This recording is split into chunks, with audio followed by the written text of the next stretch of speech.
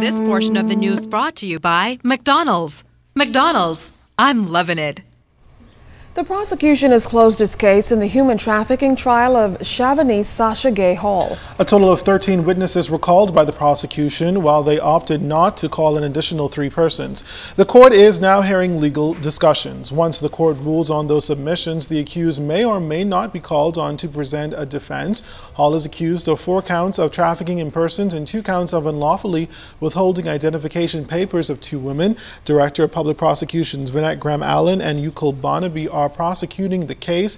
Jara Mangra, Brian Dorset, and Benjamin McKinney make up the defense. The trial continues before Senior Justice John Isaacs. Florida's Palm Beach Post Online is reporting today that a 30-year-old man is facing federal drug charges after authorities say he reportedly smuggled cocaine and heroin from the Bahamas to Palm Beach County by way of a cruise ship. The article indicated that Adrian Bradley Trench was arrested Thursday and faces charges of importation of more than 500 grams of cocaine and more than 100 grams of heroin. According to Homeland Security, Trench arrived at the port of Palm Beach from Freeport, Grand Bahama on Thursday morning. He reportedly tried to get off the ship through the crew gangway and was asked for his I-95 form. According to reports, he told the officers that he forgot it in his room and ran towards the vessel. He was apprehended and searched. Officers say they found 2 packages wrapped around his calves. Operation Ceasefire is ongoing. The government has gotten cabinet approval to add additional elements to the program in its effort to win the war on crime. National Security Minister Dr. Bernard Nottage explains the new concepts that are expected to be a part of the operation.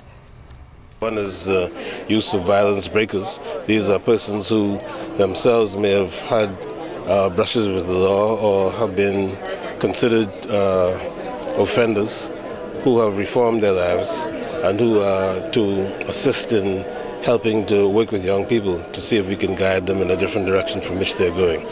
The second one is the shock treatment program, where we are taking young persons who are going astray and seeking to introduce them to both sides of life. What happens when you offend the law and what happens when you obey the law. And so we expect those 2 programs to make have a significant impact. Dr. Nottage also revealed that the government is working with the Inter-American Development Bank to obtain data collection on crime and seeking information from various countries on crime-fighting measures. Mr. Nottage says there is also consideration being given to a gun amnesty period. That is intended to be introduced. We've had some resistance, that we say, from our partners in terms of the value of the program, and but I'm very strongly in favor of a gun amnesty program, and we'll see how that works. Carifta swimmers stamped their tickets to Aruba. We've got the list coming up in ZNS Total Sports. You're watching The Bahamas Tonight. This portion of the news was brought to you by McDonald's. McDonald's, I'm loving it.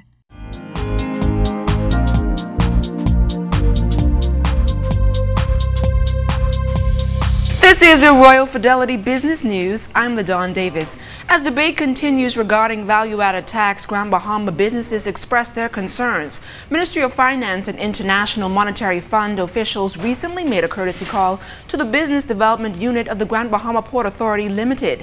Port Authority Business Development Manager Derek Newbold and Commercial Manager Charles Pratt greeted the finance officials. Mr. Newbold led a formal presentation showing the unique attributes of the city of Freeport.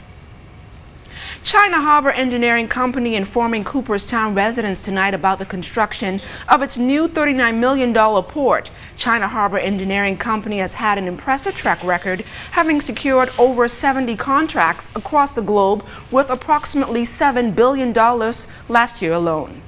And in international business news, the leader of a global PR firm which represented the Prince of Wales is giving away his company worth up to £1 million.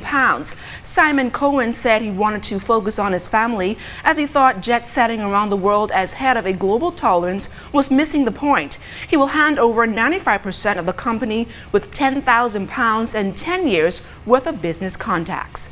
And this is your Royal Fidelity Business News. I'm LaDon Davis.